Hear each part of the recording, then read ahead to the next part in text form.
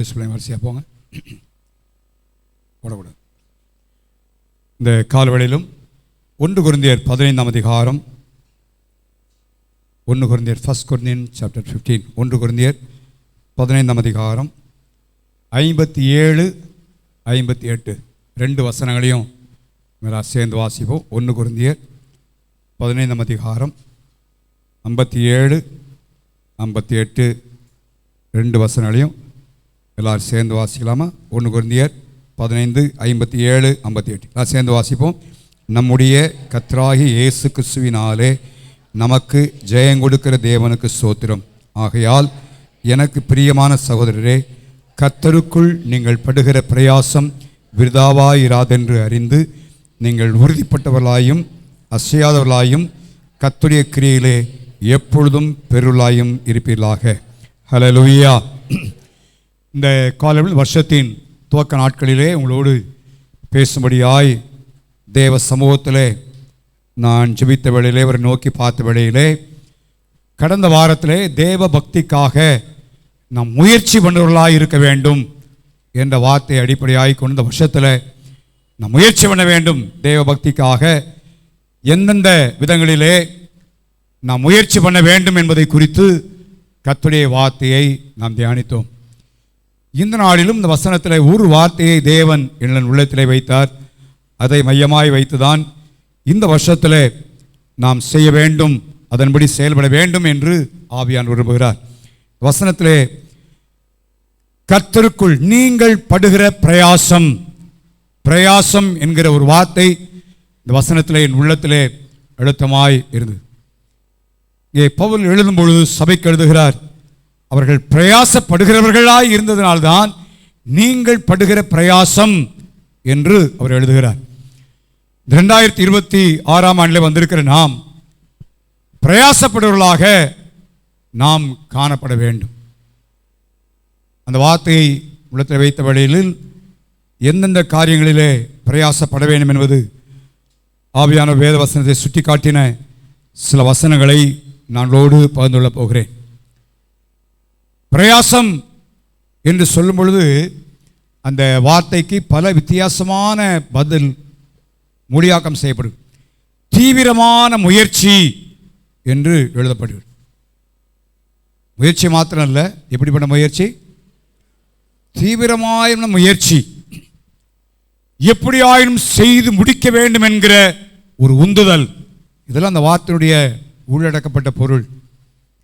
எப்படியாயினும் இதை நான் செய்து முடிக்க வேண்டும் என்கிற அந்த உந்துதல். இந்த வருஷத்தில் ஒரு லக்கை வைத்து அதை எப்படியாயினும் நான் அடைய வேண்டும் என்கிற ஒரு தீர்மானம். அப்படி சொல்லப்படுவது கடின உழைப்பு. இதெல்லாம் அந்த பிரயாசம் என்கிற வார்த்தையிலே வந்திருக்கிற ஒரு பகுதிகள்.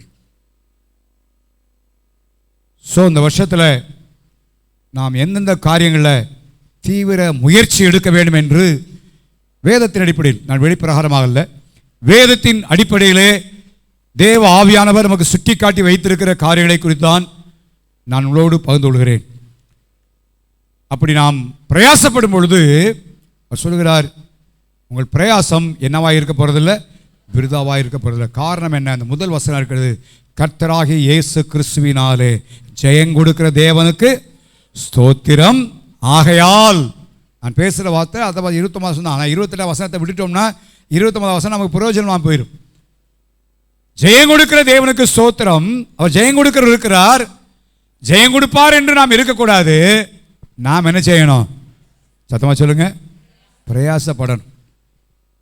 எல்லா காரியத்திலும் ஆண்டவர் ஜெயம் கொடுக்கிறவர், நிச்சயமாய் ஜெயம் கொடுக்கிற தேவன், வெற்றி சிறக்க பண்ணுகிற தேவன். நம்முடைய வாழ்க்கையிலே இந்த 2026ஆம் ஆண்டு வெற்றியை சுதந்திரிக்க போகிறோம். தேவன் பல காரியங்களை ஜெயத்தை தரப்போகிறார். ஆனால் அதற்கு நானும் நீங்களும் என்ன செய்ய வேண்டும்? பிரயாசப்பட வேண்டும்.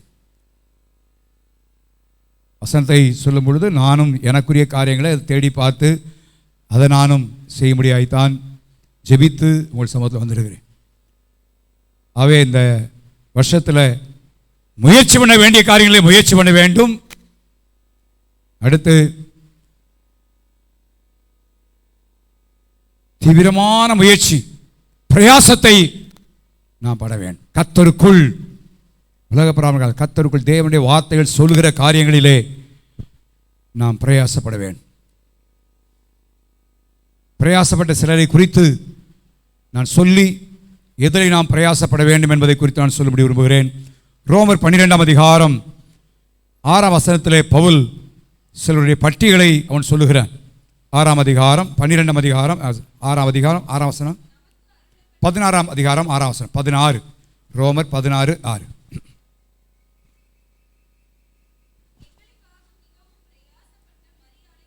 இங்கே இந்த 16ஆம் அதிகாரத்தில் பார்த்தீங்கன்னா ஒரு பெரிய லிஸ்ட் எழுதியிருக்கிறார். அதில் சொல்றாரு, எங்களுக்காக பிரயாசப்பட்ட மரியாள். 12ஆம் வசனத்தை வாசிங்க. கர்த்தருக்குள் பிரயாசப்படுகிற திரிபேனாலையும் அவர் எழுதுகிறார். ஃபைனலாக எழுத முடியும், கர்த்தருக்குள்ளே பிரயாசப்பட்டவர்கள் எத்தனையோ இருந்தார்கள். நான் பவுல் லிஸ்ட் அவுட் பண்ணும் பொழுது அவன் சொல்லுகிறான், இவ்வளவு பிரயாசப்பட்டவர்கள். அவனும் தன்னை குறித்து சொல்லுகிறான். 1 Corinthians 15ஆம் அதிகாரம் 10ஆம் வசனத்திலே சொல்லும் பொழுது பவுலுடைய வாழ்க்கை குறித்து வாசிக்கிறோம். ஆண்டவர் இயேசு கிறிஸ்துவுக்கு அடுத்து பைபிளில் பவுல் ஒரு பெரிய மாதிரியான மனுஷன் என்பதை நான் பார்க்க முடியும். வாசியுங்கள்.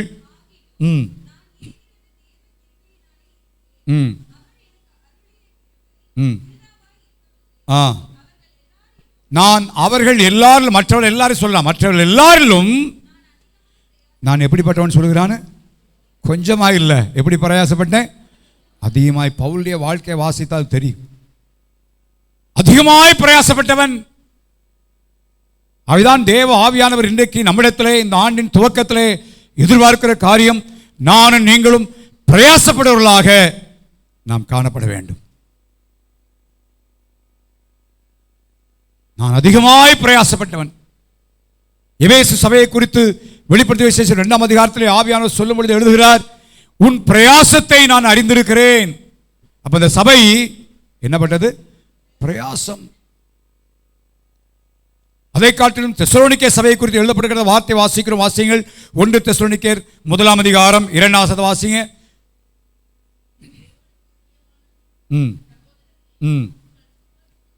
விசுவாசத்தின் கிரியை, அன்பின் பிரயாசம். அப்ப தெசலோனிக்கே சபையை குறித்து எழுதும் பொழுது அவர்கள் அன்பின் பிரயாசம், எபேசு சபை பிரயாசம்.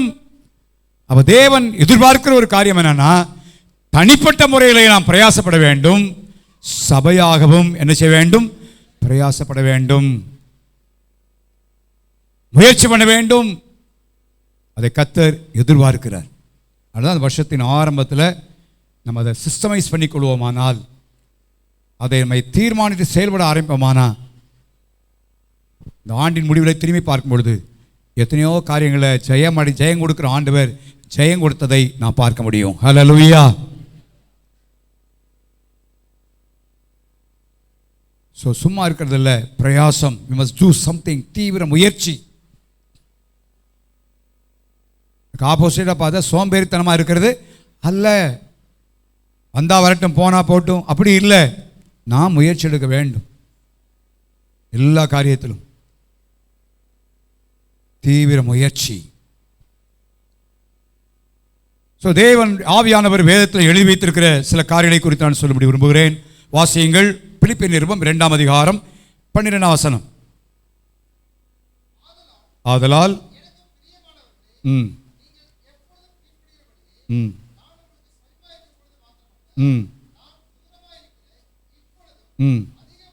அதிக பயத்தோடும் நடுக்கத்தோடும் உங்கள் ரட்சிப்பு நிறைவேற பிரயாசப்படும். எதுக்கு பிரயாசப்படணும்? சத்தமா சொல்லுங்க அப்போ. ரட்சிக்கப்படவா? ரட்சிக்கப்பட பிரயாசப்படனா? நிறைவேறும். அப்ப ரட்சிப்பு படுவது என்பது சுவிசேஷத்தை சொல்லும்போது ஆண்டவர் ரட்சிக்கிறார். ஆனால் அந்த ரட்சிப்பு என்ன செய்ய வேண்டும்? ஏதோ கூட்டங்களில் கையை உயர்த்தினேன், ஆண்டவரை ஏற்றுக்கொண்டேன், ரட்சிக்கப்பட்டேன். ஓகே, ரட்சிப்பு என்பது ஒரு ப்ராசஸ். ரட்சிக்கப்பட்டோம், இப்போ ரட்சிக்கப்பட்டு கொண்டிருக்கிறோம். இனி ஒரு நாளில் என்ன செய்யப்பட போகிறோம்? ரட்சிக்கப்பட போகிறோம். ஆண்டவர் இயேசு வரும்பொழுது ரட்சிக்கப்பட போகிறோம். 3 நிலைமைகள், அந்த ரட்சிப்பு நிறைவேற போகிறது. அதனால சொல்றாரு, நீங்க ரட்சிக்கப்பட்டீங்கப்பா, ஆனா நீங்க என்ன செய்யணும்? அது நிறைவேற என்ன செய்யணும்? பிரயாசப்படணும். ஒரு தொழில் ஆரம்பிச்சிங்க, அந்த தொழில் நிறைவேற என்ன செய்யணும்? சரியா செய்ய என்ன செய்யணும்? பிரயாசப்படணும். எந்த ஒரு காரியமானாலும் சரி, எந்த ஒரு நிலைமையானாலும் அதில் பிரயாசப்பட வேண்டியது நம்முடைய கடமை. ரட்சிப்பை தருவது தேவன். ஸோ தவறான எண்ணம் என்னன்னா, நான் ரட்சிக்கப்பட்டேன், எப்படி இருந்தாலும் பரவாயில்ல. No, it's not guarantee. மத்தேயு 24 அதிகாரம் 13 வசனத்தில் வாசிக்கிறோம், முடிவு பரியந்தமும் நிலைத்திருப்பவனே என்ன செய்வான்? அன்னைக்கு ரட்சிக்கப்படும். ஆண்டவருடைய வருகை குறித்து எழுதுகிறார்.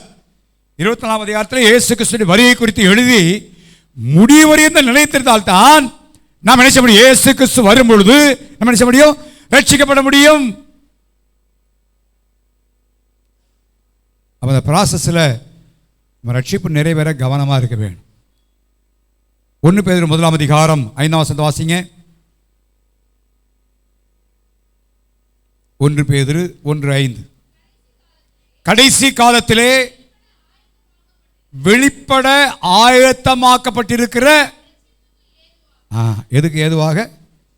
ஆண்டவர் நமக்கு ஒன்று ஏற்பாடு பண்ணியிருக்கிறாராம். ஏன்? கடைசி நாளில் நாம் ரட்சிக்கப்படுவதற்கு ஆயத்தம் பண்ணியிருக்கிறார். ஸோ இதெல்லாம் சொல்கிற காரியம் என்னென்னா, ரட்சிப்பு என்பது நாம் பெற்றுக்கொண்டிருக்கிறோம், அது நிறைவேறுவதற்கு நம்ம என்ன செய்யணும்? பிரயாசப்படணும். நான் ரட்சிக்கப்பட்டேன், எப்படி இருப்பேன், எப்படி வாழுவேன், அது அல்ல. சில உபதேசம் இருக்குது. ஒன்ஸ் சேவ்ட் எவர் சேவ்ட். ஒரு முறை ரட்சிக்கப்பட்டு அது பிறகு என்ன வந்தாலும் பரவாயில்ல, என்ன செஞ்சாலும் பரவாயில்ல. நோ, வேதம் அப்படிக்கு கேரண்டி சொல்லலை. ரட்சிப்பை நிறைவேற்ற வேண்டும். 1 பேதுரு நிருபம் 4 அதிகாரம் 18 வசனத்தை வாசிங்க பார்ப்போம். பார்த்தீங்களா என்ன எழுதியிருக்கு? ஆண்டவர் ரத்தத்தினால கழுவப்பட்ட நீதிமானே அவனே ரட்சிக்கப்படுவது என்னவா அப்படின்னு எழுதப்பட்டு.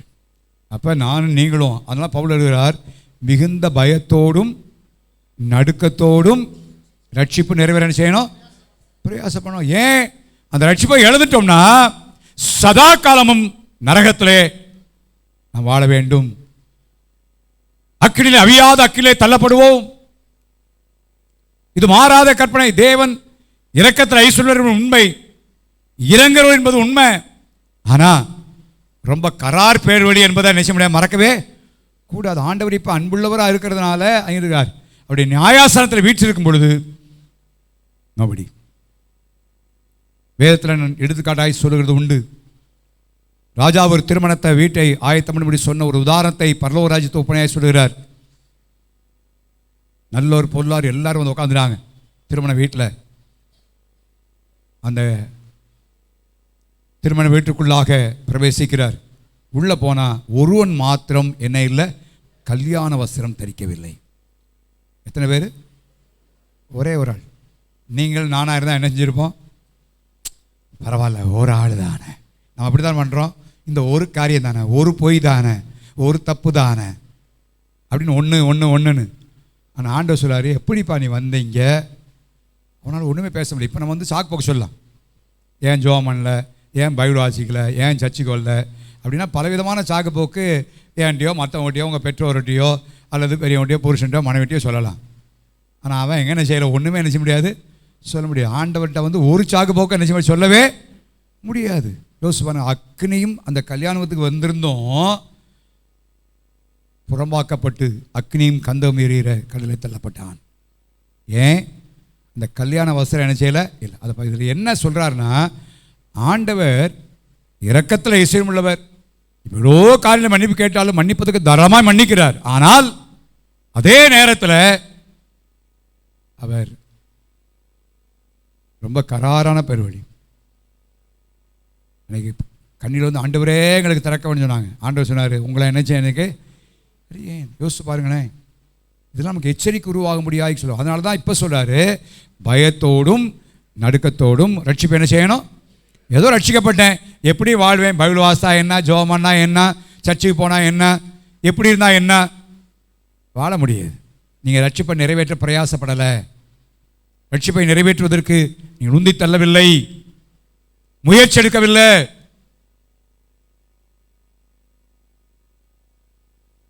எபிரேயர் 1:14 வாசியாப்போம்.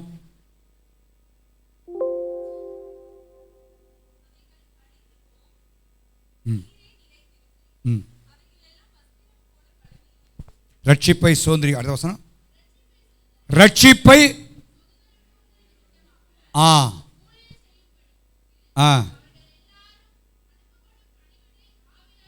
நல்லா கவனிங்க. தேவனை குறித்து சொல்லப்படுகிறது. என்ன சொல்றாருன்னா, இப்போ ரட்சிக்கப்பட்ட நம்ம ரட்சிப்பை என்ன செய்ய போகிறோம்? முழுமையாக என்ன செய்ய போகிறோம்? சோதரிக்க போகிறோம். நமக்கு ஊழியம் செய்யும்படியாய் தூதர்களை தேவன் வைத்திருக்கிறார். நமக்கு ஊழியம் செய்யும்படியா யார் வச்சிருக்கிறார்? இப்போ தூதரை வச்சிருக்கிறார். தூதர் கர்த்தர் வைத்திருக்கிறார். ஸோ நம்ம தூதருடைய ஊழியம் என்பது மிக முக்கியமான ஊழியம். பல நேரங்களில் நம்ம அறியாத நேரங்களில் தூதர்கள் நமக்கு ஊழியம் செய்கிறார்கள். பாதங்கள் கல்லில் இடாதபடிக்கு நம்ம என்ன செய்றாங்க? தாங்குகிறார்கள். நம்ம பாதுகாப்பு நினைக்கிறோம், இல்லை, இந்த தூதர்களை கொண்டு கர்த்தர் நம்மை பாதுகாக்கிறார். எதற்காகனா நம்ம எல்லாம் ரட்சிப்பை என்ன செய்ய போகிறோம்? சோதரிக்க போகிறோம். அதான் எபிரேயர் எழுதுகிறார் பின்னால் எழுதும் பொழுது, இவ்வளவு பெரிதான ரட்சிப்பை குறித்து நம்ம கவலையற்று இருப்போமானால் வரும் தண்டனைக்கு என்ன செய்வோம்? அப்போ என்ன சொல்றாரு? இந்த ரட்சிப்பு நிறைவேற நம்ம என்ன செய்யணும்? எஸ், அதுக்காக தான் ஜெபம் பண்ணணும், பைபிள் வாசிக்கணும், கர்த்தரை ஆராதிப்பது வரணும், குடும்ப ஜெபம் பண்ணணும், தேவனுக்கு பிரியமாக நடக்கணும், தேவ சித்தம் செய்யணும். ஏன் ஒரு வாரமும் கர்த்தருடைய வசனத்திலிருந்து உங்களுக்கு போதிக்கப்படுகிறது? எதுக்கா நீ கேட்டுட்டு பாஸ் நல்லா பிரசங்கம் பண்ணார் சோத்திரம் இல்லையா அப்படின்னு போகிறதுக்கு இல்லை. உங்கள் வாழ்க்கையில் ரட்சிப்பு நிறைவேறுவதற்கு நீங்கள் தானே செய்யணும்? பயன்படுத்த வேண்டும், அதை நீங்கள் செயல்படுத்த வேண்டும். அப்படி செயல்படுத்தலைன்னா ஆயிரக்கணக்கான பிரசங்கத்தை கேட்டிருந்தாலும் நீங்கள் ரட்சிப்பை சுதந்திரிக்க முடியாத ஒரு நிலைமை எனக்கு உங்களுக்கு என்ன இருக்கிறது? ஆபத்து இருக்கிறது. அதனால் சொல்றாரு, பா இவ்வளோ பெரிதான ரட்சிப்பை நம்ம பெற்றிருக்கிறோம், இதை முழுமைப்படுத்த வேண்டும், சுதந்திரிக்க வேண்டும். அதனால மிகுந்த பயத்தோடும் நடுக்கத்தோடும் ரட்சிப்பு நிறைவேற என்ன செய்யுங்க? பேசணும். பைபிள் வாசிக்கலன்னு சொன்னால் ஒரு நடுக்கம் ஏற்படணும். ஜோம் பண்ணலன்னு சொன்னால் ஐயோ இன்னைக்கு என்ன ஜோம் பண்ணலையே அப்படின்னு ஒரு பயம் வரணும். இன்னைக்கு எதை லேசாக எடுத்துடலாம், ஆனால் கொஞ்சம் நரகத்தை உங்கள் கண்ணு முன்னால் வைத்து பாருங்கள், நரகாக்கிரியை வைத்து பாருங்கள்.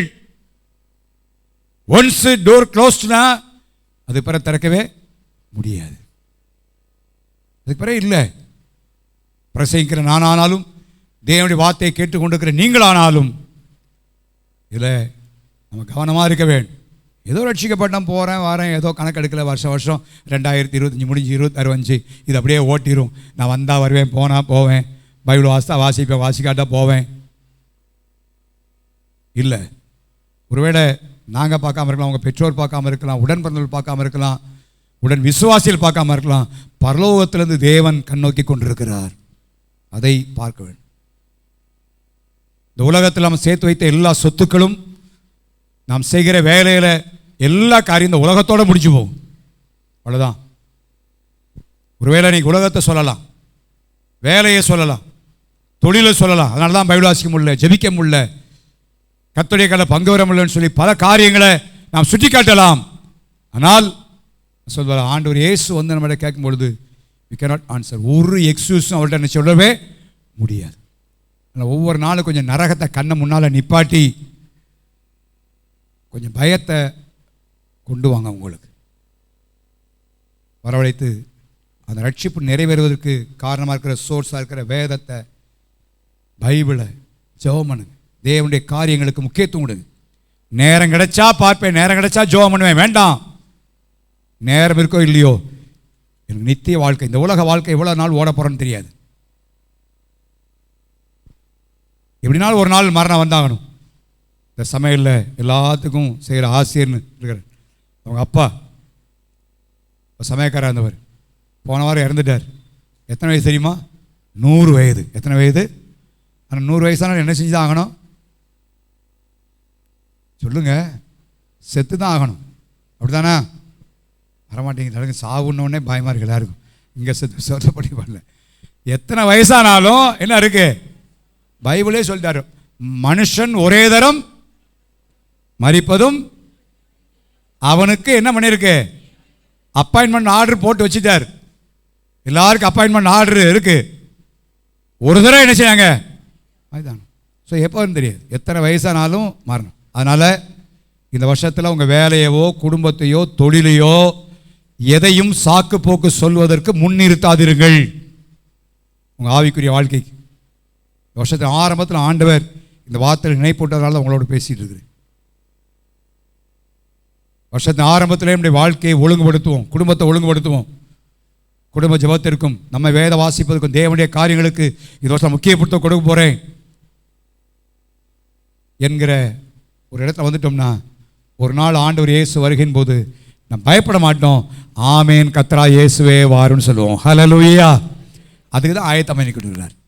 அதுக்காகத்தான் ஆயத்தம் பண்ணி கொண்டிருக்கிறார். ஸோ ரட்சிக்கப்பட்ட எல்லாம் முழுமையானிச்சு அல்ல, ரட்சிக்கப்படுவதற்கு நாம் பிரயாசப்பட வேண்டியது ரொம்ப ரொம்ப அவசியம். இரண்டாவதாக வாசிங்க லூக்கா 13:24.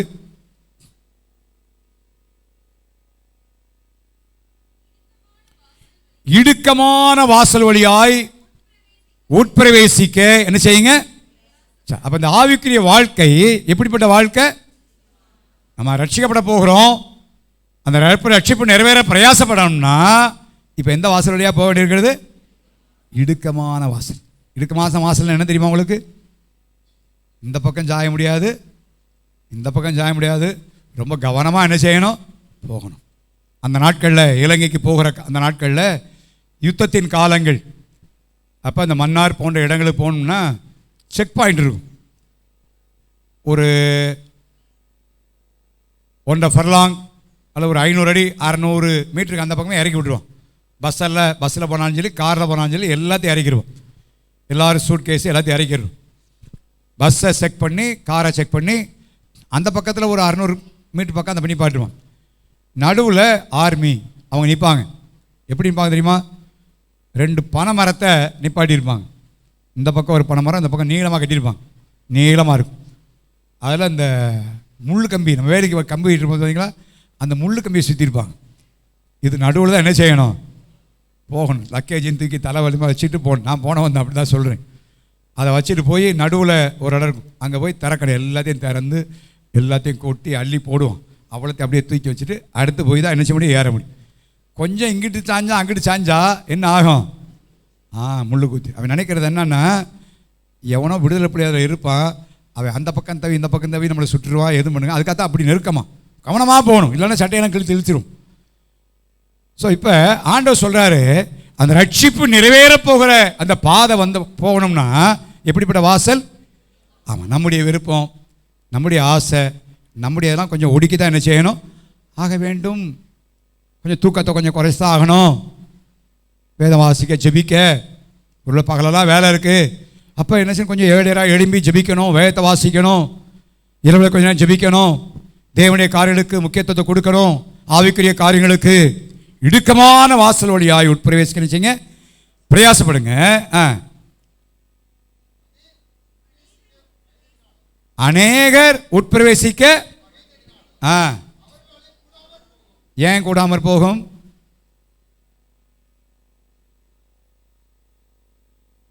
இவ்வளோ சொல்லிட்டீங்க, இதை நீங்களே சொல்லிடுங்க பாசன்றீங்க, அவ்வளோதான். ஏன் தெரியுமா?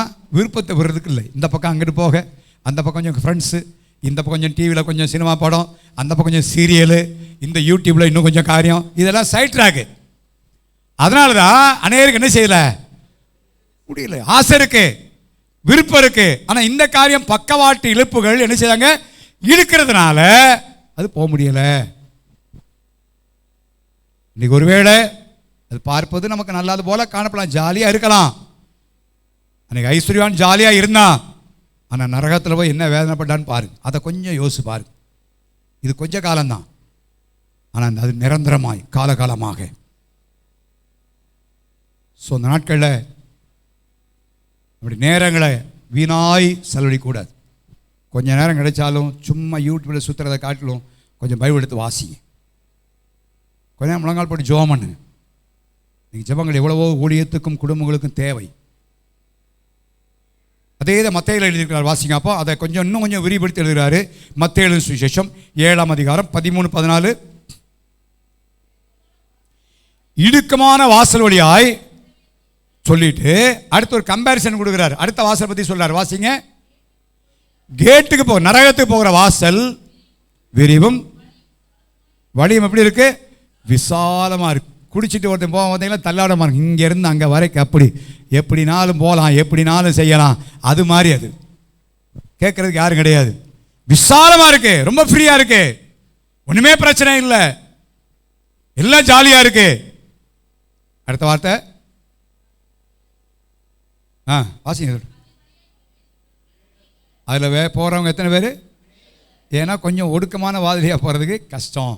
அடுத்து ஜீவனுக்கு போகிற வாசல் இடுக்கமும் கொஞ்சம் நெருக்கம் தான்.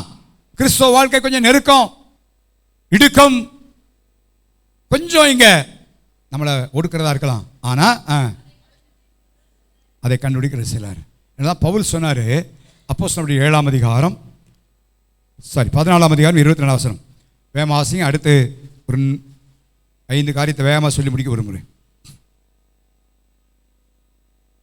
அப்போஸ்தலர் 24:16 அப்போஸ்தலர் 14:22 14 பாருங்க. இவன் அடிச்சு போட்டு இவனை கீழே விட்டாங்க, இவன் எந்திரிச்சு நின்று இப்போ சீசலை மனதை என்ன செய்யறானா? திடப்படுத்தி சொல்லி நாம் அநேக உபத்திரவத்தின் வழியாய் எத்தனை உபத்திரவம்? கொஞ்சம் கஷ்டமாக தான் இருக்கலாம், உபத்திரமாக இருக்கலாம். காலைல 5 மணிக்கு வந்துருக்குது, உபத்திரமாக இருக்கலாம். நைட்டில் கொஞ்சம் லேட்டாக தூங்குறது உபத்திரமாக இருக்கலாம். ஆனால் ஆண்டவர் வைத்த வழி அதுதான், தேவன் வைத்த நியமித்த வழி அதுதான். அவை இந்த 26ஆம் வருஷத்தில் நான் தயவாய் உங்களிடத்தில் கேட்கிற காரியம், தயவு செய்து உங்களுடைய வேலையின் மத்தியில், தொழில் மத்தியில், படிப்பின் மத்தியில், குடும்ப காரியத்தின் மத்தியில் கர்த்தருடைய காரியத்திற்கு முக்கியத்துவம் கொடுங்க. தேவனுடைய காரியத்துக்கு முதன்மைத்துவத்தை கொடுங்க. உங்கள் ஆவிக்குரிய வாழ்க்கைக்கு கடந்த வார்த்தை சொன்னது போல உங்கள் பக்திக்கு முயற்சி பண்ணுங்க. இப்படியே காலங்கள் மிக விரைவாக ஓடிடும். இப்போ உங்கள் முடிஞ்சுன்னா ஜனவரி முடிஞ்சு, அவ்வளோதான், ஓடித்தா இருக்கு. தேவனுடைய வருகை நாட்கள் குறைய குறைய ஆண்டோடைய வருகை நெருங்கி கொண்டிருக்கிறது. சிலர் சொல்ற கடைசி கல்யாணம் மாதிரி கடைசி நேரத்தில் பார்க்கலாம். கடைசி நேரம் உங்களுக்கு நம்ம மூச்சு எப்போ போகும்னே தெரியாது. அதனால் எப்போ வருவான்னு தெரியாது. சொன்னால் நம்ம ரொம்ப ஓரமான ஆட்கள் இருந்திருக்கா தான் ஆண்டவர் வருகையை பற்றி என்ன செய்யலை, சொல்லலை. ஏன்னா வந்து ராத்திரி வரேன்னா காலையில் எல்லாம் ரெடி பண்ணிடுவோம், பெட்ஷீட்டை போட்டு மூடுற மாதிரி எல்லாத்தையும் மூடி இல்லை. அதனால் எல்லாருக்கும் வேலை இருக்குது, தொழில் இருக்குது, காடு இருக்குது, வேலை ஸ்தலங்களில் பலவிதமான நெருக்கங்கள் எல்லாவற்றையும் அறிந்திருக்கிறேன். குடும்பம் என்று சொன்னால் எவ்வளோ கஷ்டம் எனக்கு தெரியும், எல்லாத்தையும் அறிந்து. ஆனால் அது மத்தியில் இந்த வருஷம் பிரயாசப்படுங்க. ஆவிக்குரிய காரியங்களுக்காக கர்த்தருக்காய் கொஞ்ச நேரம் கொஞ்சம் ஊழியம் செய். தேவனுடைய காரியங்களுக்காக, உங்கள் ஆவிக்குரிய வாழ்க்கைக்காக, நீங்கள் இந்த ரட்சிப்பு நிறைவேறுவதற்காக கொஞ்சம் இடுக்கமான வாசலியாக கொஞ்சம் கஷ்டம்தான், கொஞ்சம் நெருக்கம்தான். ஆனால் நிரந்தரமாக பரலோகத்தில் சந்தோஷப்பட போகிறோம். ஹல்லேலூயா, ஹல்லேலூயா. கொஞ்ச காலம் தான் இயேசுவுக்காக, நாம் நித்திய ஜீவனை சுதந்தரிப்பதற்காக. மூன்றாவதாக அப்போஸ்தலர் 24:16 அது ஆவிக்குரிய காரியம் தான். வாசியாபம் வேகமாக வாசிங்க, அது சொல்லி அப்படியே கடந்து போகிறோம். இதனால் தேவனுக்கும் மனுஷருக்கு முன்பாக எப்பொழுதும் எப்படிப்பட்ட மனது, குற்றமற்ற மனசாட்சியுடையவனாக இருக்க பிரயாசப்படுகிறேன். எதுக்காக? முன்னால் நீங்கள் பார்த்தீங்கன்னா மரித்தோரின் உயிர்த்தெழுதலை பற்றி சொல்லுகிறார். உயிர்த்தெழுகிற காரியத்தை சொல்ல இயேசு வரும் பொழுது முதலாவது கர்த்தருக்குள் மரித்தவர்கள் உயிரோடு எழுந்திருப்பார் என்கிற காரியத்தை அவர் வலியுறுத்தி உயிர்த்தெழுதலை பற்றி சொல்லிட்டு, இதனால நான் மனுஷருக்கு முன்னால தேவனுக்கு முன்னால எப்படி பண்ண சாகிறேன்? குற்றமற்ற மனசாட்சி எப்படி உடையவளா இருக்க முடியும்? யாராவது ஒருத்தரை பார்த்த உடனே உங்க உள்ளத்தில் ஏதாவது சலனம் ஏற்பட்டா அது என்ன மனசாட்சி? சத்தமா சொல்லுங்க, குற்ற மனசாட்சி. தேவனோடு மாத்திரமல்ல மனிதரோடும் நம்ம குற்றமற்ற மனசாட்சியா இருக்கணும். சமாதானத்தை காத்துக்கொள்ளணும். நம்முடைய ஆவிக்குரிய வாழ்க்கை. ஸோ நான் அடுத்த பகுதிக்காக வேகமாக கடந்து போக விரும்புகிறேன். ஸோ நம்முடைய ஸ்பிரிச்சுவல் லைஃப்பில் ஒரு குற்றத்தை பண்ணிட்டு நீ செஞ்சிட்டியே, நீ இப்படி பண்ணிட்டியே, அந்த இடத்துக்கு வரக்கூடாது. அப்படி இருக்குமானா குற்ற மண்டல மனச்சாட்சியை சுத்திகரிப்பதற்கு இயேசு கிறிஸ்துவின் ரத்தம் எனக்கு இருக்குது. ஆண்டவரே இது எனக்குள்ளே வாதிச்சுக்கிட்டே இருக்கு. லோத்தை குறித்து எழுதப்பட்டிருக்கிறது. நீதிமான் தான், ஆனால் வாதிக்கப்பட்ட நீதிமானா? எப்படிப்பட்ட நீதிமான் இருக்குது? ஐயோ நான் அப்படி பண்ணிட்டேனே, ஆண்டவர் சொன்ன வேலையில் மலைக்கு போகலையே, ஆண்டவர் சொன்ன நேரத்தில் செய்யாம விட்டானே, அன்னைக்கு ஆபிரகாம் மட்டும் புரிஞ்சு போயிட்டானே, இதெல்லாம் அவனுக்குள்ள குற்றம். ஸோ தேவன் சொன்ன காரியங்களை நம்முடைய வாழ்க்கையில் நிறைவேறாத நேரத்தில், சொல்லப்பட்ட ஆலோசனை கேட்காத நேரத்தில் நம்முடைய உள்ளத்தில் குற்றம் உண்டாயிரும். வேண்டாம், பிரயாசப்படும். இனி என் வாழ்க்கை பிளைனாக இருக்கணும். ஆண்டவருக்கு முன்னால் ஒரு வெள்ளை காகிதம் போல, எதுவும் எழுதப்படாத, கரைப்படுத்தப்படாத ஒரு காரியம் போல இருக்க வேண்டும் சொல்லுகிற நிலைமையில் இருக்கட்டும். அடுத்து 1 கொரிந்தியர் 16 அதிகாரம் 16 வசனத்தை வாசிங்க. உடன் வேலையாட்களாக பிரயாசப்படுகிற போதும். நீங்கள் பிற போய் பாருங்க, ஊழியத்தில் உடன் வேலையாட்களாக நீங்கள் பிரயாசப்பட வேண்டும். நான் சொன்னேன் சபையாக பிரயாசம், சபையோடு சேர்ந்து நீங்களும் ஊழிய காரியத்திலே பிரயாசப்பட வேண்டும்.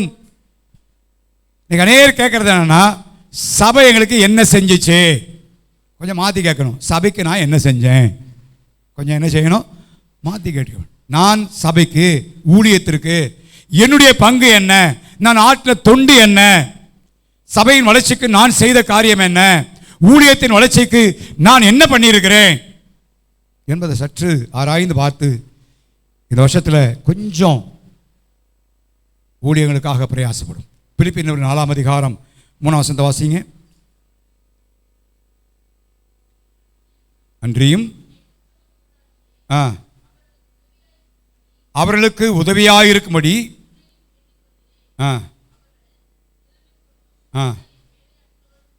வேலையாட்களோடு கூட சுவிசேஷ ஊழியத்திலே என்னோட கூட மிகவும் என்ன செய்தார்கள்? பிரயாசப்பட்டார்கள். அப்போதும் அப்ப சுவிசேஷ ஊழியத்தில் பிரயாசப்பட வேண்டும், தேவனுடைய ஊழியத்தில் பிரயாசப்பட வேண்டும். உங்களால் முடிஞ்ச பங்கை நீங்கள் நிறைவேற்ற வேண்டும். உங்களால் எந்த விதத்தில் ஊழியத்தின் வளர்ச்சிக்கு நீங்கள் பாடுபட முடியுமோ, பிரயாசப்பட முடியுமோ, அதை பிரயாசப்பட ஜெபிக்கணும். ஆண்டவரே, சபையின் வளர்ச்சிக்கு நான் என்ன செய்யலாம்? சபையின் வளர்ச்சிக்கு என்னுடைய பங்கு என்ன ஆண்டவரே? ஆத்துமாக்களை திருச்சபையில கொண்டு வருவதற்கு நான் என்ன செய்யணும் ஆண்டவரே? பிரயாசப்படணும். நான் உண்டு, என் குடும்பம் உண்டு, என் வேலை உண்டு அப்படின்னு நிலைமையில் இருக்கக்கூடாது. இந்த வருஷத்தில் கொஞ்சம் மாறட்டும். சபையில் சபையாய் பிரயாசப்படாதான். ஒவ்வொரு பிரயாசம். வேற ஒரு கஷ்டப்பட்ட ஆத்மாக்களை கூட்டு வர போகிறேன். ஒரு ஆத்மாக்களை கொண்டு வந்து பிரயாசம்தான். அவனை கூட்டு விடுவது கொஞ்சம் பிரயாசமாக இருக்கலாம். எப்படி ஆயினும்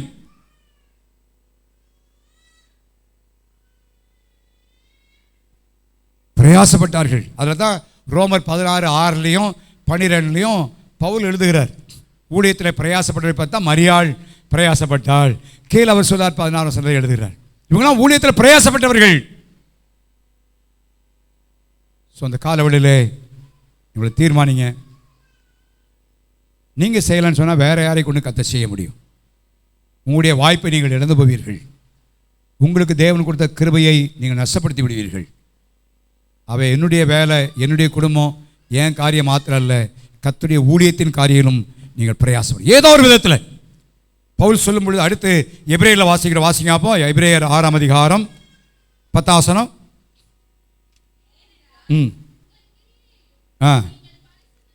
நீங்கள் பரிசுத்தவான்களுக்கு ஊழியம் செய்ததினாலும் செய்து வருகிறனாலும் தமது நாமத்திற்காக நீங்கள் காண்பித்த அன்புள்ள பிரயாசத்தை மறந்து விடுவதற்கு தேவன் அநீதி உள்ளவர் இல்லை. ஊழியத்துக்கு மாத்திரமல்ல, ஊழியர்களோடு சேர்ந்து நீங்கள் பிரயாசப்படுவது அங்கே எழுதப்படுகிறது. பரிசுத்தவான்களுக்கு நீங்கள் செய்கிற காரியங்கள், அந்த பிரயாசத்தை ஆண்டவர் மறக்க மாட்டார். நான் நிச்சயமாக சொல்ல முடியும். ஊழியத்திற்கென்று ஊழியரோடு இணைந்து சபைக்கென்று சபையோடு செயல்படுகிற ஒரு குடும்பத்தையும் கர்த்தர் மறக்க மாட்டார். அந்த குடும்பத்தை கர்த்தர் ஞாபகத்தில் வச்சிருப்பார். உங்களை உயர்த்துவார். என்னுடைய குடும்பம் தேவனுடைய ஊழியத்திற்கு என்னுடைய பெற்றோர் உதவி செய்யலைன்னு சொன்னால் நான் இன்னைக்கு ஊழியத்தில் இருக்க மாட்டேன். அந்த நாட்களில் இந்த ஊரில் எங்கள் அம்மா தான் ஆண்டவரை முதல்ல ஏற்றுக்கொண்டாங்க. திடீர்னு காலையில் எழும்புவாங்க, எழும்பு சொல்லுவாங்க, பாஸ்டர் வீட்டில் இன்றைக்கி சாப்பாடு அது போல் இருக்குது, இதை நீ கொண்டு போய் கொடுத்துருவான்னுவாங்க. கொண்டு போய் கொடுத்துட்டு சொல்லுவாங்க. ஓடுவேன், கொண்டு போய் கொடுக்க ஓடுவேன். அவருடைய குடும்பத்துக்கு செய்கிற காரியங்கள், அவருடைய சபைக்கு செய்கிற காரியங்கள், எத்தனையோ காரியங்களில் மிகுந்த பிரயாசத்தோடு செயல்பட்டதுனால கர்த்தர் இன்றைக்கு என்ன ஒரு ஊழியக்காரனாய் மாற்றினை ஆசீர்வதித்திருக்கிறார். நான் திரும்பி பார்க்குறேன். தெருவில் யாராவது பிரசவம் பண்ணால் போதும், அந்த நாட்களில் நாங்கள் தரித்திரத்தினுடையாய் போன காலங்கள், கடன் வாங்கியாவது அவங்கள கூட்டு வந்து கருப்பட்டி காப்பியாவது போட்டு விடுவாங்க. காப்பி விடுதாமல் அனுப்பவே மாட்டாங்க. நல்லா கவனிங்க, ஊழியத்திற்கென்று பிரயாசப்பட்டவர்கள், ஊழியத்தோடு இணைந்து செயல்படல, கர்த்தர் ஒரு நாளும் மறந்து விடுவதற்கு அவர் எப்படிப்பட்ட தேவன் அல்ல. இல்லை அப்படின்னா என்ன பண்ண ரீபே பண்ணுவார். அவங்களை நினைச்சு வராங்க, ஆசீர்வதிப்பார். அதுதான் எழுதுகிறார். ஆகவே இந்த 2026 வருஷத்தில் கொஞ்சம் ஊழியரோடு சேர்ந்து பிரயாசப்படுங்க, சபையோடு சேர்ந்து பிரயாசப்படுங்க, சபைக்காக பிரயாசப்படுங்க, ஆத்மாக்களை கொண்டு வருவதற்காக, சபையின் வளர்ச்சிக்காக, சபையின் முன்னேற்றத்திற்காக. எந்த விதமாக தெரியாது, நீங்கள் ஜெபியுங்க. ஜெபித்து உங்களுடைய பங்கை நிறைவேற்றுவீங்கன்னு சொன்னால் நான் சொல்ல, கர்த்தர் உங்களையும் உங்களுடைய குடும்பத்தையும் கர்த்தர் நிச்சயமாய் அது என்ன ஏற்பட்டாலும் ஆசீர்வதிப்பார். ஹல்லேலூயா. அடுத்து அப்போஸ்தலர் 20:35 வாசிங்க. அப்போ இன்னும் 2 வசனத்தை சொல்லி முடிக்க விரும்புகிறேன்.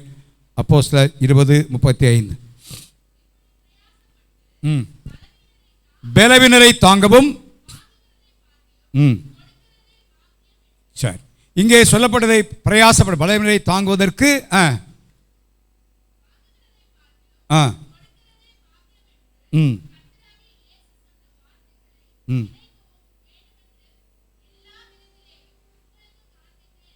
இங்கே பலவீனரை தாங்க என்கிற ஒரு வார்த்தையை நாம் வாசிக்கிறோம். நம்முடைய ஜீவியத்திலே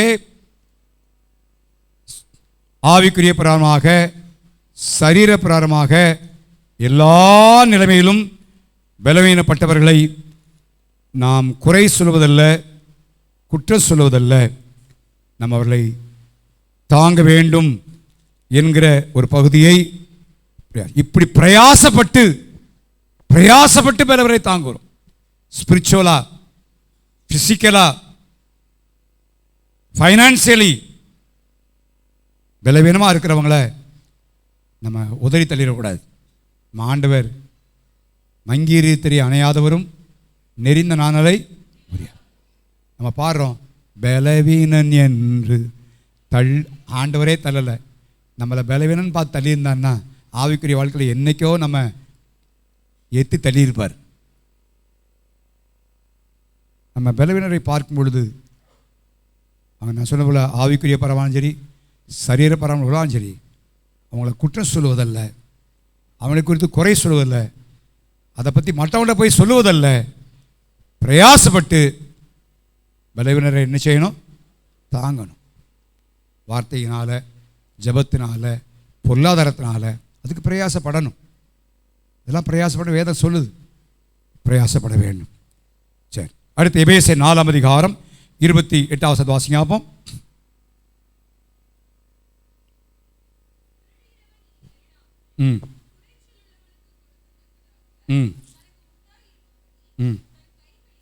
தல் கைகளினால் நலமான வேலை செய்து. எதில் பிரயாசனம்? சத்தமாக சொல்லுங்க. இந்த வசனம் யாருக்கு எழுதுனது? சில திருடுறவன் திருடாமல் இது வெளியே எழுதியிருக்காங்க. இல்லை, பசுத்தவான்கள். யாருக்கு எழுதியிருக்கு? அவன் முதல் பார்த்தீங்கன்னா பசுத்தவான்களுக்கு எழுதியிருக்கு. என்ன செய்யணுமா? வேலை செய்து என்ன செய்யணும்? பிரயாசம். அவங்க வேலையில் அப்போ என்ன செய்யணும்? சத்தமாக சொல்லுங்கள். எந்த தொழில் கொடுத்துருக்கிறாரோ, நீங்கள் படிக்கிறவங்களாக இருந்தால் அவங்க படிப்பில் என்ன செய்யணும்? பிரயாசப்படணும். தொழில் செய்யலாம் இருந்தால் தொழில் என்ன செய்யணும்? பிரயாசப்படணும். வியாபாரம் செய்தால் எந்த வேலை செய்திருக்கோ அந்த வேலையில் நீங்கள் என்ன செய்யணும்? பிரயாசப்படணும். சோம்பேறியை கர்த்தர் ஆசீர்வதிக்க மாட்டார். நல்லா அறிந்து கொள்ள வேண்டும். பிரயாசப்படணும். பவுல் சொல்லுகிறார், நாங்களே பிரயாசப்பட்டோம். வாசிங்க அப்போ 2 தீமோத்தேயு புத்தகம், 2 தெசலோனிக்கேயர் 3ஆம் அதிகாரம் 9-10 வசனத்தை வாசிங்க அப்போ. 2 தெசலோனிக்கேயர் 3:9-10. பாரத்தை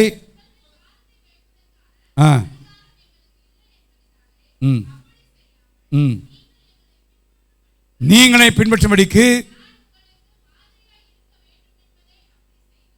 கீழே ஒருவன் வேலை செய்ய மனதில்லாதிருந்தால், அதுக்கு முந்தின வசனத்தில் முடியும் போது வாசிக்கலையே நீ, ராத்திரியும் பகலும் பிரயாசப்படி இருக்கா? இரவும் பகலும் பிரயாசத்தோடும் வருத்தத்தோடும் வேலை செய்து சாப்பிட்டோம். ஒரு வீட்டில் நீங்கள் வேலை செய்யலாம், உங்கள் வீட்டில் நீங்கள் உங்கள் வேலை செய்யறதுக்கு என்ன செய்யணும்? பிரயாசப்படணும். வேலை செய்யாட்டா நீ நினைச்சக்கூடாது. அப்போ சோம்பேறியை கர்த்தர் விரும்புறதில்லை. சோம்பேறிக்கு கர்த்தர் ஒன்றும் நினைச்சல தர்றது. அதனால தான் பழைய ஏற்பாட்டில் பிச்சை எடுக்கிற நிலைமை இல்லை. பழைய ஏற்பாட்டில் எளிமையானவர்களாலும் இல்லாதவர்களானாலும் வயல்வெளியிலே போய் என்ன செய்யணும்? பொறுக்கணும். சரியா? இருக்கிற இடத்துல உனக்கு தருவோம். அப்படி இல்லை, அங்கே போய் அவங்களும் வேலை செய்யணும். கதிர் சிந்த விட்டு ஆண்டவர் அவளுக்காகவே கதிரை சிந்த விட்டார். அவர்களுக்காகவே வழியில் வைத்து அறிக்கட்டை எடுக்காதன்னு சொன்னார். ஆனால் இவங்க என்ன செய்யணும்? போனால் ரூத்து போனால் ஒன்றுமே இல்லாத நிலைமையில் அங்கே போய் பொறுக்கினதை பார்க்குறோம். அப்போ ஆண்டவர் எதிர்பார்க்கிற காரியம் என்னென்னா என்ன செய்யணும்? சத்தமாக சொல்லுங்கள். ஆமாம், என்ன வேலை கொடுக்குதோ அந்த வேலையை என்ன செய்யணும்? செய்யணும். வாலிபம் நல்லா கவனிக்கணும். சோம்பேறியாக இருக்கக்கூடாது. உங்களுக்கு கொடுக்கப்படுகிற வேலையில் நல்லா செய்யணும். உங்கள் படிப்பை நல்ல பிரயாசத்தோடு என்ன செய்யணும்? படிக்கணும், பிரயாசப்படணும். போதும் அப்படி இல்லை. எவ்வளோ மேக்சிமம் நான் மார்க் எடுக்கணுமோ அவ்வளோ மேக்சிமம் உங்கள் பிரயாசம். கொஞ்சம் சபையில் ஜெபிக்கிறோம், ஆனால் நீங்களும் என்ன செய்யணும்? பிரயாசப்பட வேண்டும். யாக்கோபு ஒரு நாள் சொன்னான், ஐயா இப்படி போகும்போது வெறும் கோலும் கையுமாய் போனேன், இப்போ என்ன செய்கிற? சத்தமாக சொல்லுங்க. எப்படி வந்துச்சு? வாசிங்க ஆதியாகம புத்தகம். அவன் எப்படி பிரயாசப்பட்டான், கஷ்டப்பட்டான்னு கொஞ்சம் வாசிங்களேன். ஆதியாகம புத்தகத்தில் ஆண்டவர் என்ன போட்டான்? என்னுடைய பட்ட பாடு எல்லாம் பார்த்தீங்கன்னா சாதாரண இல்லை. வாசிங்க. எத்தனை அதிகாரம்?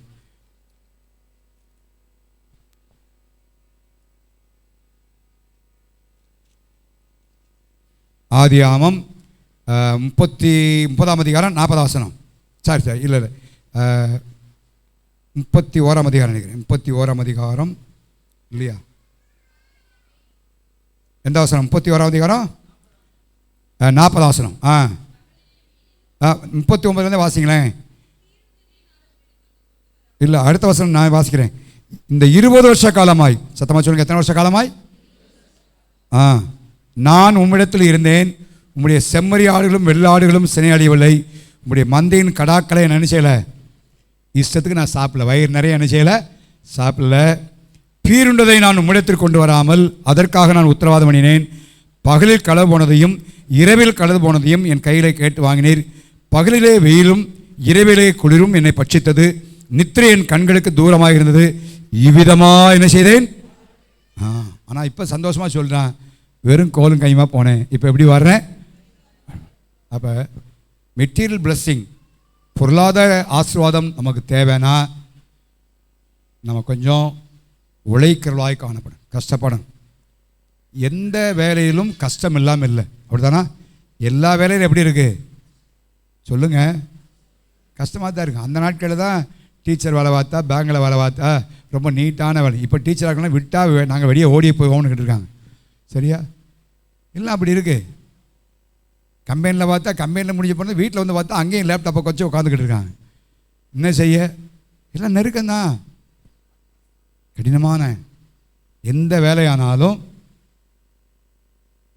வேதம் சொல்லுது, நான் மனுஷனுக்காக இல்லை, யாருக்காக செய்கிறோம்?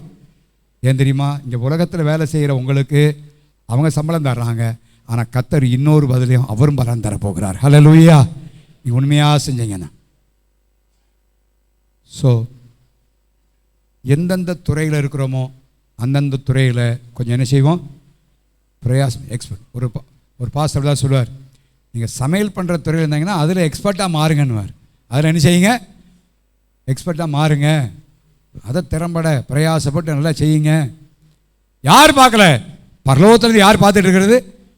எல்லாத்தையும் தேவன் பார்த்துட்டே இருக்கிறார். ஆண்டவர் டெஸ்ட் அங்கே தான் வைக்கிறார். ஆண்டவர் அங்கே தான் தெரிந்தெடுப்பே அங்கே தான் இருக்கு.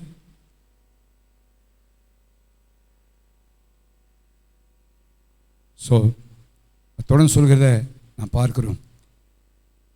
அதனால 127 சங்கீதம் 2 வசனத்தில் உன் கைகளின் பிரயாசத்தை, கைகளின் வேலையை சாப்பிடுவான் இருக்கா? எதை சாப்பிடுவாய்? பிரயாசத்தை நீ சாப்பிடுவாய். அது அடிஷன். பார்த்தீங்களா? வேலை செஞ்சால் சாப்பிடலாம், பின்னால் உள்ளது இருக்காது. ஆனால் பிரயாசப்பட்டா உங்களுக்கு என்ன இருக்கு? பாக்கியமும் நன்மை உண்டாயிருக்கு.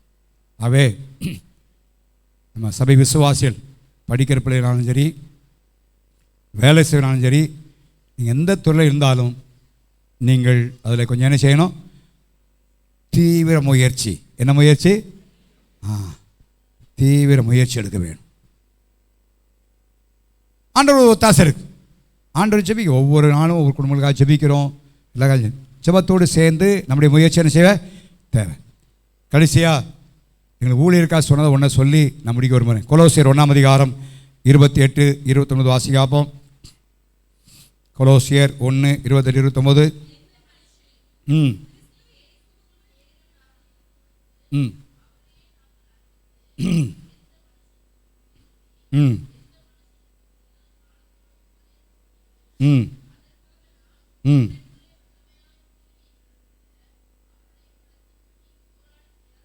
சரி, இந்த வசனம் தான் ஆண்டவர் இந்த முதல் 1 அதிகாரம் 26 வசனம் தான் என்னுடைய ஊழியத்தின் ஆரம்பத்தில் வரும்பொழுது எனக்கு ஆண்டவர் கொடுத்த ஒரு வார்த்தை.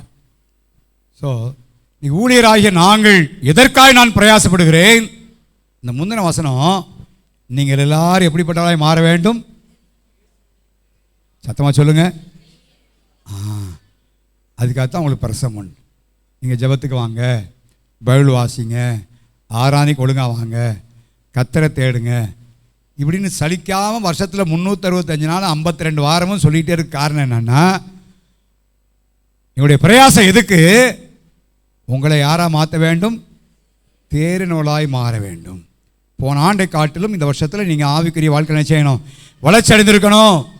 கத்திரிக்காய் கனிவுக்களாய் மாற வேண்டும். தேவனுக்கு என்று பயன்படுத்தப்பட வேண்டும். அதான் என்னுடைய விருப்பம், அதுதான் என்னுடைய ஆசை. நீங்கள் ஆண்டு கொடுத்த வார்த்தை என்னுடைய விசிட்டிங் ஆலன்ஸில் லெட்டர் பண்ணி அந்த வார்த்தை தான் பேசி போட்டிருப்பேன். எந்த மனுஷனையும் தேர்னு நிறுத்தணும். அதான் எங்களுடைய பிரயாசம். ஊழியராக பிரயாசம். நான் பிரயாசம் ஒரு செய்தியை ஆயத்தம்னு சொன்னால் பிரயாசம். இந்த வாரம் முழுதும் ரெஸ்ட் எடுக்கோ மற்ற காரியத்துக்கு நேரம் இல்லை, ஒரே அலைச்சல். ஆனாலும் பிரயாசத்தோடு இந்த வசனத்தை அவங்களுக்கு ஆயத்தம் பண்ணியிருக்கிறேன். பிரசங்கம் பண்ணுவது விளையாட்டான காரியம் இல்லை. இவ்வளோ பிரயாசங்கள் சுவினால் ஏற்படும் பொழுது எப்படி ஆயினும் வந்து பார்க்க வேண்டும் என்பது பிரயாசம். சோம்பேறியாக இருக்க விரும்புறதில்லை. ஒரு முறை ஒரு பைபிள் ஸ்கூலில் படித்த மாணவன்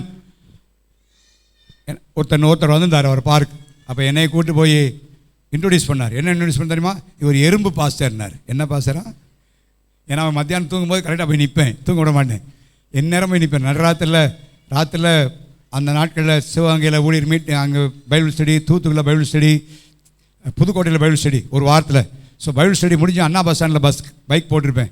நைட்டாக அங்கே போயிடுவேன் என்ன செய்யறான்னு பார்க்குறதுக்காக. இன்றைக்கி நான் சோம்பேறியாக இருக்க விரும்புறதில்லை. இன்றைக்கு நான் கற்றுக்கொள்ள விரும்புகிறேன். இன்றைக்கும் வேத வசனத்தை ஆராயும்படி விரும்புகிறேன். ரெஸ்ட் எடுக்கணும்னா எவ்வளவோ மணி நேரங்கள் படுத்து தூங்கலாம், அவ்வளோ தூக்கம் இருக்குது. ஆனால் அதை அல்ல. எனக்கு தெரியும் இந்த வார்த்தை பிரயாசப்பட வேண்டும், ஊழியத்தில் பிரயாசப்பட வேண்டும். ஸோ அதுக்காக தான் உங்களை என்ன பாசு பொழுதுனையும் ஜோமானு சொல்கிறாரு, பைபிள் ஆசின்னு சொல்கிறாரு, சொன்னதே சொல்கிறாரு. ஏதோ அதான் எனக்கு ஆண்டவர் வச்சுருக்கிறேன். உங்களை தேரணும்னா என்ன செய்யணும்? நிறுத்தம். இதை தவிர நான் வேறு என்ன சொல்ல முடியும்? யோசிச்சு பாருங்கள். வீட்டில் பிள்ளைகளை பார்த்து நீங்கள் என்ன சொல்லுவீங்க? படின்னு வைங்க.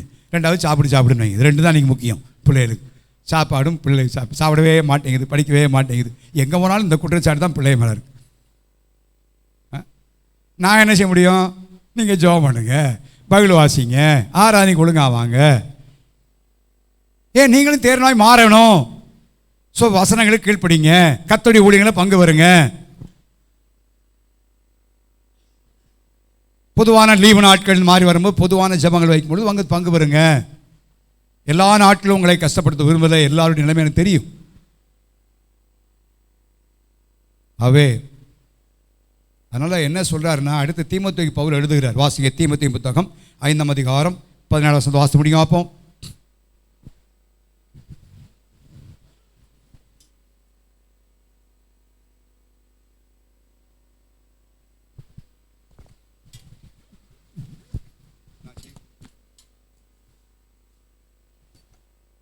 இல்லையா? இந்த வாரேன். எந்த வசனம்? 17 தானே? விசேஷமாய் திருவசனத்திலும் உபதேசத்திலும் பிரயாசப்படுவர்களை. அப்போ பிரயாசப்படுற எங்களை பாஸ்டர் பொழுதுனையும் சொல்கிறாரே, இவருக்கு வேலையே இல்லையே அப்படி நினைக்கக்கூடாது. விளங்குச்சா? அப்படிதான் சொல்லியிருக்கு. எதில் பிரயாசப்பட எங்களுக்கு? வேத வசனத்திலும் உபதேசத்திலும் பிரயாசப்படுகிற. உங்களுக்கு வசனத்தை இல்லாமல் இல்லை, தைரியமாக சொல்ல முடியும். தேவ சமூகத்தில் உங்களுக்கு கர்த்தருடைய வார்த்தை இல்லாமல் வேற கதையை ஒரு நாள் சொல்கிறது இல்லை. இல்லை சால்டாக இப்படி ஒரு 45 நிமிஷமாவது குறைந்த நிமிஷம் உங்கள் தேவனுடைய வார்த்தையை போதிக்க வேண்டும் என்கிறதுல எத்தனையோ பிரசங்கம் இருக்குது. ஆனால் ஆயத்தம் பண்ணி அதை குறிப்பெடுத்து எத்தனை டைரியில் எழுதி அதை திரும்ப வடிகட்டி கடைசியில் நான் என்னுடைய பிரசங்க உங்கள் பண்ணுவது கூட டைரியில் எழுதுறேன். அதுக்கு முன்னால் எத்தனையோ தடவை எழுதுறேன், பக்கமாக எழுதுறேன். உடனே வந்து நிற்கலை, பிரயாசப்படுறோம். அவை நீங்கள் இதை கனத்துக்குரியதாக என்னன்னு சொன்னால் அதை கொஞ்சம் கவனமாக நீங்கள் என்ன செய்யணும்? ஏற்றுக்கொள்ளணும். அசால்ட் நினைக்கக்கூடாது. அதை நீங்கள் பாத்திரமாக எடுத்துக்கொண்டீங்கன்னா நம்முடைய வாழ்க்கையில் பெரிய ஆசீர்வாதத்தை உண்டாக்கும். அவே இந்த 2026ஆம் வருஷத்தின் ஆரம்பத்தில் கர்த்தர் எனக்கு உங்களுக்கு சொல்கிறார். எனக்கு நான் அந்த வார்த்தையில் முழுமையாக தேடினில்லை. இன்றைக்கும் நான் இன்னும் அதிகமாய் பிரயாசப்படுறேன். என்ன பைபிள் ஸ்டடி எடுக்கணும் ஆண்டவரே ஜெபம் பண்ணிட்டு இருக்கிறேன். ஆண்டவர் வழிநடத்தலுக்காக இந்த 2026 வருஷம் ஆரம்பத்தில் வேத பாடுவோம். அதனால தான் நீங்கள் ப்ரேயர் வச்சுருக்கிறேன்.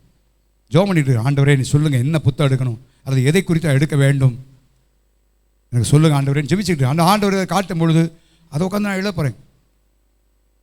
என்னால் வந்து பார்த்தீங்கன்னா புத்தகம் ரொம்ப இருக்கும், டைரியும் ரொம்ப இருக்கும். எழுதி தான் வச்சுருப்பேன். எல்லாம் பிரயாசம். எப்படியா நல்ல தேவனுடைய வார்த்தைகளை கொடுக்க வேண்டும். நீங்கள் ஆவிக்குரிய வாழ்க்கையில் வளர்ச்சி அடைய வேணும். நீங்கள் தேவனாய் மாற வேண்டும். அதுக்காகத்தான் பிரயாசப்படுகிறோம். நீங்கள் இதை கொஞ்சம் கனத்துக்குரியதாக எண்ணி சொல்கிற வார்த்தைகளை கொஞ்சம் நீங்கள் ஏற்றுக்கொண்டு இந்த 2026 வருஷத்தில் செயல்படுவீர்களானால் நம்ம சபையாக பிரயாசப்படுவோம். கர்த்தர் வரும்பொழுது மாத்திரமல்ல, இந்த உலகத்திலும் அநேக ஆசீர்வாதங்கள் பெற்றுக்கொள்வோம். ஹல்லேலூயா, ஹல்லேலூயா. எல்லா சோம்பேறித்தனங்கள், நிர்விசாரமான தன்மைகள், சாங்கபோகங்கள் எல்லாவற்றையும் அகற்றுவோம். இந்த கடைசி நாட்களில் போதிக்கா சபை போல அனலும் இல்லாமல் குளிரும் இல்லாமல் போகிற காலத்தை வந்துட்டோம். ஆனால் நம்ம பிரயாசப்படுவோம். சின்ன காரியமானாலும் கொஞ்சம் பிரயாசப்படுவோம். எந்த காரியமானாலும் பிரயாசப்படாமல் எந்த காரியம் செய்ய முடியாது. எந்த காரியமானாலும் நீங்கள் ஆசீர்வாதமாக இருக்கணும், சிறப்பாக செய்யணும், மேன்மையாக செய்யணும் அப்படின்னா கொஞ்சம் பிரயாசப்பட்டீங்கன்னா கடைசி நீங்கள் சந்தோஷப்பட போகிறீங்க. அது உங்களை மகிழ்ச்சியாகும். அவை இந்த வருஷத்தில் இந்த ஆரம்பத்தில் ஆண்டவர் நம்முடைய மோட்டிவேட் பண்ண முடியாது விரும்புகிறார். நம்மளை தொடர்ந்து முன்னோக்கி போக முடியாது. கொஞ்சம் பிரயாசப்படும். எல்லாரும் இடமைக்கலாமா? எல்லா தேவ சபையிலிருந்து நம்ம எப்போ கூட ஜெபிக்க போகிறோம். நீங்கள் பிரயாசப்படலை அப்படின்னு நான் சொல்லலை. ஆனால் இந்த வருஷத்தில் ஆண்டவர் இன்னும் அதிகமாய் பிரயாசப்பட வேண்டும் என்று அவர் விரும்புகிறார் என்கிற அந்த பாரத்தாண்டு பகிர்ந்து கொண்டார். ஹல்லேலூயா. பிரயாசப்படுங்கள். நீங்கள் படுகிற பிரயாசம் விருதாவாகவே போகாது. காரணம் ஜெயம் கொடுக்கிற கர்த்தர் இருக்கிறார். ஹல்லேலூயா, ஹல்லேலூயா. அதனால பிரயாசப்படுங்க. மெயினா ஆவிக்குரிய வாழ்க்கை ரட்சிப்பு நிறைவேற பிரயாசப்படும். தீர்மானி பைபிள் வாசிக்க, ஜெபிக்க, கர்த்தருடைய ஊழியத்தில் பங்கேற்க, கிரமமாக ஆராதனையில் பங்கு பெற, கர்த்தருக்கு பிரியமாய் ஜீவிக்க பிரயாசப்படும். ஏன்னா தானே இருக்க வேண்டாம். பெரிய ரட்சிப்பை பெற்றிருக்கிறோம். கடைசி காலத்தில் ரட்சிப்பை நாம் முழுமையை அடைவதற்கு அது ஆயத்தமாக்கப்பட்டு கொண்டிருக்கிறது. நம்ம சுதந்திரிக்க வேண்டும். அதுக்கு போகணும்னா கொஞ்சம் இடுக்கமான வாசல் வழியாக நான் போகணும்.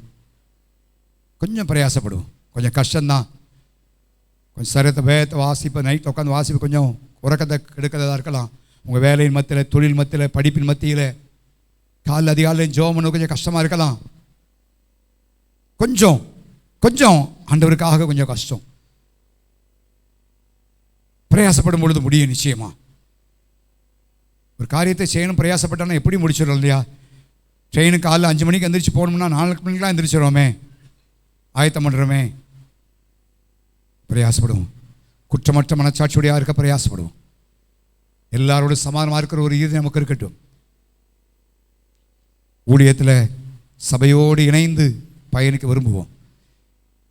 இந்த ஆண்டில் சபைக்கு நீங்கள் எந்த விதத்தில் சபையின் வளர்ச்சிக்கு நீங்கள் காரணமாக இருக்க போகிறீங்க, அதுக்கு பிரயாசப்படுங்க. ஆத்மாக்களை கொண்டு வருவதற்கு சபையின் வளர்ச்சி எந்த விதத்தில் ஜெபம். நண்பர்கள் அழைத்து கொண்டு வாங்க. ஒரு விசுவாவை மற்றவங்களை கொண்டு வருவது கொஞ்சம் கஷ்டம்தான், பிரயாசம்தான்.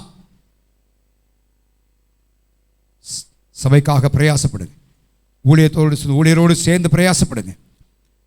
ஊழியர்காய் செய்கிற காரியங்கள் நீங்கள் பிரயாசப்படுறத ஆண்டவர் மறந்துவிட மாட்டார். அதுக்கேற்ற பிரதிபலன் தருவார். ஊழியருக்கென்று செய்கிற காரியங்களை கத்தருக்காக நீங்கள் செய்கிறீங்க.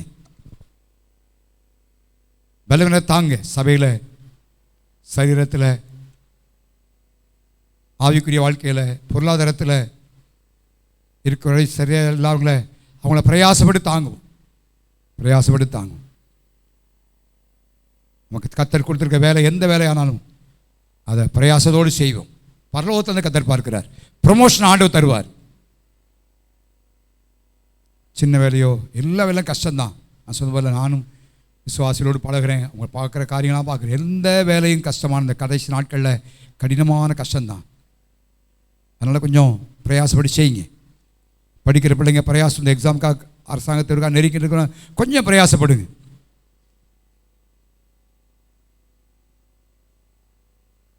உங்களுக்கு பிரசங்கிற நாங்கள் உங்களை தேரணும்னா இருக்க முடியாதான் இவ்வளோ பிரயாசப்படணும். 5 பேர் வந்தாலும் 10 பேர் வந்தாலும் நான் உட்காந்து உங்களுக்கு ஜெபம் நடத்துவதுக்கு காரணம் என்ன? அது பிரயாசம். எந்த சூழ்நிலை ஆனாலும்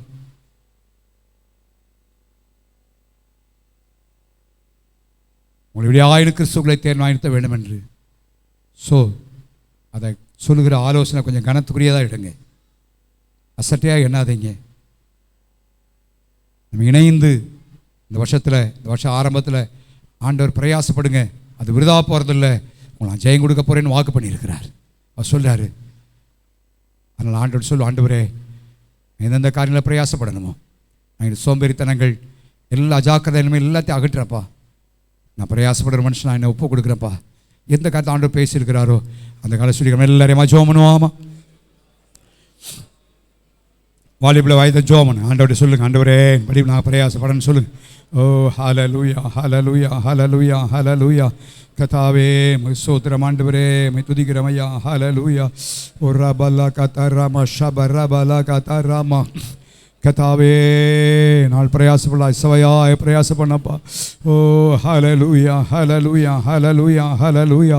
ஓ ரபலா தரா ஷபரா கதராமா ரே கதராமா. ஹல்லேலூயா, ஹல்லேலூயா, ஹல்லேலூயா, ஹல்லேலூயா. கதாவே உமக்கு ஸ்தோத்திரம் அப்பா, ஸ்தோத்திரம் ஆண்டவரே. என் நல்ல ஆண்டவரே, இந்த அருமையான ஆராதனைக்காய் ஸ்தோத்திரம். இந்த வருஷத்தின் ஆரம்ப பகுதியிலே நாங்கள் எப்படியாக இருக்க வேண்டும் என்று எங்களோடு வார்த்தைமாய் பேசி கொண்டிருக்கிறப்பா. நாங்கள் சோம்பேறித்தனமுள்ளவர்களாய் அல்ல ஆண்டவரே, ஒரு குளிர்ந்த நிலைமையில அல்ல அப்பா. இந்த நாட்களை நாங்கள் பிரயாசப்படுவர்களாய் காணப்பட எங்கள் உதவி செய்யுங்க. கடின உழைப்போடு தீவிர முயற்சி எடுக்க எங்கள் உதவி செய்யுங்க. நாங்கள் ரட்சிப்பு நிறைவேற நாங்கள் பிரயாசப்பட்ட ஆண்டவரே, ஆவிக்குரிய வாழ்க்கை குறித்து கவனமாக இருக்கட்டும். ரட்சிப்பை பெற்ற நாங்கள் அதை முழுமைப்படுத்த வேண்டும் ஆண்டவரே, அது நிறைவேற்ற வேண்டுமாப்பா. எல்லாவற்றை மத்தியிலும் இந்த வருஷத்தில் உமக்கு முன்னுரிமை கொடுக்க, வேதம் வாசிக்க, ஜெபிக்க எங்களுக்கு அதிகமான கிருபையினை தரும்படியாக ஜெபிக்கிறோம். சுத்த இருதயத்தோடு இருக்க எங்களுக்கு உதவி செய்யும். ஊழியத்தின் காலத்தில் இணைந்து செயல்பட உதவி செய்யும் அப்பா. பலவரை தாங்க எங்களுக்கு பிரயாசப்பட உதவி செய்யுங்க. சுவிசேஷ ஊழியத்தில் நாங்கள் பிரயாசப்பட உதவி செய்யும். சபையோடு இணைந்து, ஊழியரோடு இணைந்து ஆண்டவரே ஒரு ஊழியர்கள் பிரயாசப்பட காரியத்துக்கு இணைந்து செயல்பட தேவாவியானவரே நீ உதவி செய்யும் அப்பா. படிக்கிற பிள்ளைங்க படிப்பில் பிரயாசப்படட்டும், வேலையில் பிரயாசப்படட்டும் ஆண்டவரே. இந்த வருஷம் ஆரம்ப ஒரு போராட்டமான சூழ்நிலை போல காணப்பட்டாலும் நீர் எங்களுக்கு ஜெயத்தை கொடுக்க போகிறீர் ஆண்டவரே. எங்கள் பிரயாசத்துக்கெல்லாம் பலனை தரப்போகிறீர் அப்பா. ஆகவே அந்த எண்ணத்தோடு நாங்கள் முன்னோக்கி செல்ல இந்த வருஷத்தின் ஆரம்பத்தில் தீர்மானித்துக் கொள்ள எங்களுக்கு உதவி. நாங்கள் ஒவ்வொரு தனிப்பட்ட முறையிலே பிரயாசப்படலாம் இருக்கணும், குடும்பமாக பிரயாசப்படணும், சபையாய் பிரயாசப்படணும் ஆண்டவரே. எபே சபை ஆண்டவரே, தெசலோனிக்கே சபைத்து உன் அன்பின் பிரயாசம் சொன்னீரேப்பா அப்படிங்க சொல்லணும் ஆண்டவரே. பிரயாசத்தை அறிந்திருக்கிறேன்னு சபைப்பா சொன்னீரே அப்படி நீங்க சொல்லணும் அப்பா. ஒவ்வொருக்கும் நீ உதவி செய்யுங்க. இந்த வாரம் செய்யப்படுற வேலைகள், பிரயாணங்கள், படிப்புகள், தொழில் எல்லாவற்றிலும் கூட விசேஷமாய் சுயனப்பட்ட வியாதிகள் எல்லாருக்காய் ஜெபித்திருக்கிறோம். கர்த்தர் இந்த வாரத்தில் பெரிய அற்புதத்தையும் அதிசயத்தை நீ செய்தபடி ஆட்சிபிக்கிறோம். குடும்பங்களுக்கு உரமாய், சபைக்கு உரமாய், விசுவாசிகளுக்குமாய், ஊழியருக்குமாய் போராடுகிற எல்லா சத்துடைய வல்லமைகள் அந்தகாரத்தின் கீழ் அசுத்தான இயேசுவின் நாமத்தால் சிறைப்படுத்துகிறோம் ஆண்டவரே. கர்த்தாவே உமக்கு ஸ்தோத்திரம். நீர் எங்களை ஆட்கள் நடத்தும்.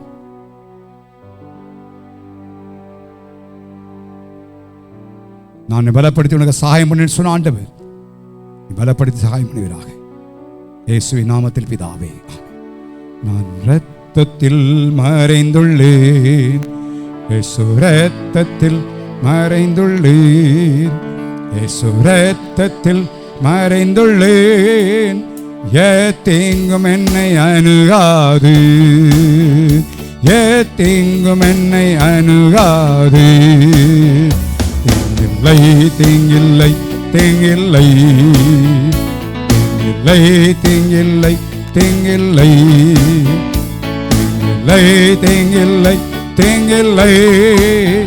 சாத்தான் தீமை செய்ய முடியாது, ஏத்தீங்கும் என்னை அணுகாது.